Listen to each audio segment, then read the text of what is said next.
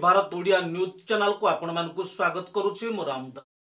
केंद्र सरकार द्वारा आगत अंतरीण बजेट रे विकसित भारत गठन पाई रही नुहा संभावना। पर्यटन और रेल भित्तिभूमि विकास उपरे बजेट रे गुरुत्व। नमस्कार दर्शक, जीटीवी भारत ओडिया न्यूज चैनल को आपण मानकु स्वागत करूछि मो रामदास।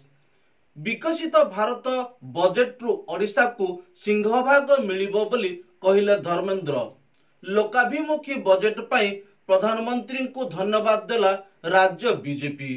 देशर भविष्यत निर्माणर लक्ष्य रखी बजेट उपस्थापित करिसंती मोदी सरकार। 2047 मसीहार टार्गेट को पूर्ण करिबा पाई केंद्र सरकार पदक्षेप पाई धन्यवाद देछि बीजेपी। देशर 4टी वर्गर विकास पाई एही बजेट उपस्थापित करा जाइछि। महिला, युवक, चाषी, गरीबंक विकास हेले ही देशर विकास हेबो। मजबूत भारत पाई ग्यारंटी एही बजेट रे रहिथिबा कहिसंती बीजेपी राज्य सभापति। सेपटे निर्वाचन को आखि आगरे रखी एही बजेट प्रस्तुत होइथिबा कहिछि बीजेडी। कांग्रेस को बजेट पसंद न आसीबा तो स्वाभाविक कथा बोली बीजेपी नेता कहिसंती। राज्य उद्योग जगत मतरे पर्यटन और रेल भित्तिभूमि विकास उपरे बजेट रे गुरुत्व दिया जाइछि, जहार परिणाम स्वरूप देश रे युवपीढ़ी पाई अधिक नियुक्ति संभावना तैयारी हेबो।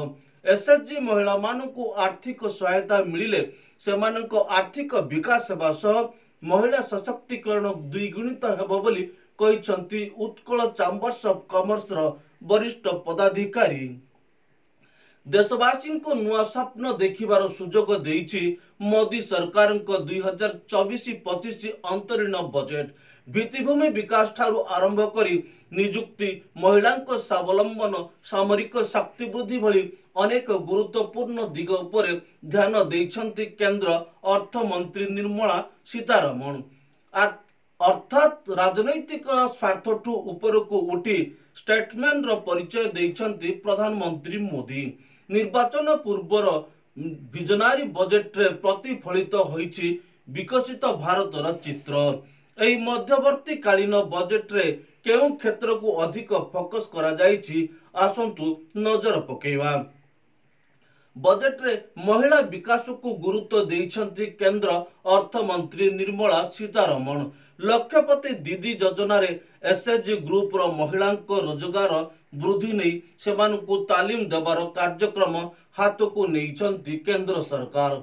एही योजना रे हिताधिकारी संख्या 2 कोटी रु 3 कोटी को वृद्धि करा जाइछि।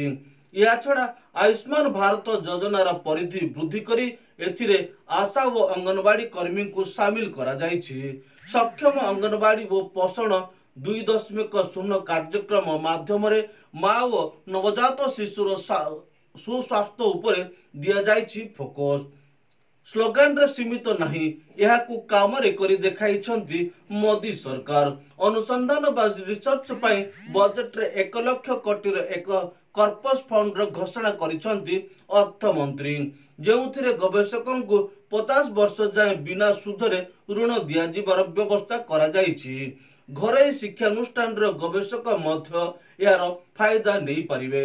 यह विकसित भारत लक्ष्य पूरण रे सहायक हेबो बोली कहिसंती केंद्र मंत्री धर्मेंद्र प्रधान।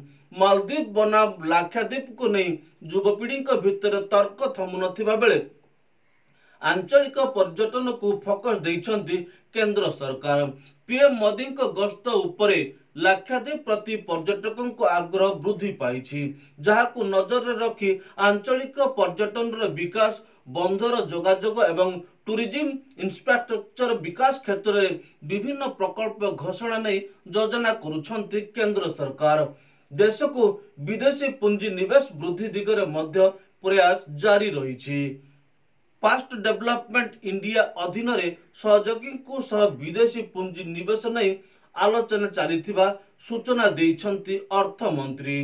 40,000 रेल बगी को वंदे भारत कोच शैली रे परिवर्तन करिबा को घोषणा करिसंती अर्थ मंत्री, जहा देश रे रेल जोगाजोग क्षेत्र रे आनिब वैप्लविक परिवर्तन। एसबु व्यतीत अपरिवर्तित टैक्स रेट, प्रतिरक्षा क्षेत्र रे निवेश वृद्धि, इन्फ्रास्ट्रक्चर डेवलपमेंट को फोकस दे 2047 सुधा विकसित सशक्त भारत निर्माण ब्लूप्रिंट आंकिछंती अर्थमंत्री निर्मला सीतारमण। मोदी सरकार के दूर दृष्टि संपन्न बजेट भारत अर्थनीति को विश्वर सर्वश्रेष्ठ अर्थनीति आड़ को टाणी नेबार क्षमता रखुची। बजेट ओडिशा को रेल अनुदान नहीं केंद्र रेल मंत्री अश्विनी वैष्णव सांबादिक सम्मेलन रे सूचना देई कहिसंती जे ओडिशा को रेल बजेट रे 10,536 कोटी अनुदान मिली। विगत 3 वर्ष हेलानी वार्षिक हाराहारी 10,000 कोटी अनुदान मिलुची। नुआ प्रकल्प पई प्राय 52,000 कोटी निवेश हेबो। ओडिशा रे 100% विद्युतकरण होईची। राज्य रे वार्षिक 473 किलोमीटर रेल लाइन निर्माण होउची। राज्य सरकार जमी अधिग्रहण त्वरान्वित कले काम शीघ्र होता बोली केंद्र रेल मंत्री अश्विनी वैष्णव प्रकाश करिसंती। आगत अंतरीण बजेट रे केउ योजना पई केते टंका घोषणा हैला निर्वाचन पूर्वरु नुआ संसद भवन रे मोदी सरकार 2.0 शेष बजेट उपस्थापन करिसंती। निर्मला सीतारमण निज कार्यकाल शेष बजेट उपस्थापन करिसंती। यह अंतरीण बजेट हेले साधारण लोक एही बजेट उपरे अधिक आशा रखिथिले। महिला युवक और चाषी को उपरे ए बजेट अधिक गुरुत्व देइछि। 57 मिनिट रे अर्थमंत्री देशर अर्थ व्यवस्था को जनता सामना रे रखिथिले। तबे आसंतु नजर पकेबा केउ योजना पई केते टंका घोषणा होईछि। पीएम स्वास्थ्य सुरक्षा योजना 2,2400 कोटी, पीएम आवास योजना 80,671 कोटी, जल जीवन मिशन 70,173 कोटी, यूरिया सब्सिडी 1,64,000 कोटी, मनरेगा 86,000 कोटी, आयुष्मान भारत 7,500 कोटी, पीएम कृषि सिंचन योजना 11,391 कोटी। संरक्षण रे अंतरीण बजेट टिकस स्लैब रे कोनोसी परिवर्तन नहीं। 2046 मसीहा सुधा विकसित भारत लक्ष्य। विकसित भारत पर राज्य मानक मिलिब ऋण बिना सुधरे राज्य मानक 75,000 कोटी ऋण। सबु वर्गर योग्य व्यक्ति को सुविधा जगाउछंती केंद्र सरकार। गरीब महिला युव एवं अन्नदाता उन्नति को सर्वाधिक गुरुत्व दिया जाइछि। गरीब कल्याण देशर कल्याण 25 कोटी लोकों को गरीबी मुक्त दिया जाइछि। डीबीटी जरिया रे 34 लाख कोटी टंका प्रदान करा जाइछि। जीडीपी को सरकार को गुरुत्व, G governance, D development, P performance को गुरुत्व। 3टी नुआ रेल कॉरिडोर स्थापन करा जिवो। रेल और समुद्र पथ को जोड़िबा योजना। 40,000 साधारण बगी हेब वंदे भारत बगी। 5 वर्ष रे आउ 2 कोटी पीएम आवास निर्माण लक्ष्य। 5 कोटी महिला को लक्षपति दीदी बनैबा योजना। ई वेहिकल निर्माण उपरे गुरुत्व। पर्यटन स्थल गुड़िकरे व्यापक विकास करा जिवो।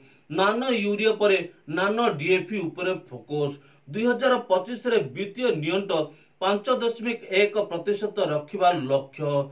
गरीब महिला युवपीढ़ी अन्नदाता उपरे फोकस। आयुष्मान भारत योजना रे आशा व अंगनवाड़ी दीदी सामिल।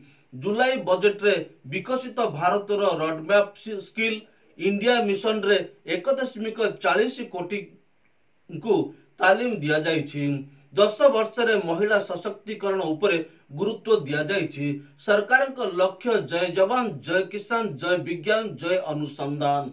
दुग्ध उत्पादन रे मिलिबो प्रोत्साहन। पीएम मत्स्य संपद योजना को प्रोत्साहन लक्ष्य। Bureau report Zee TV Bharat Odia.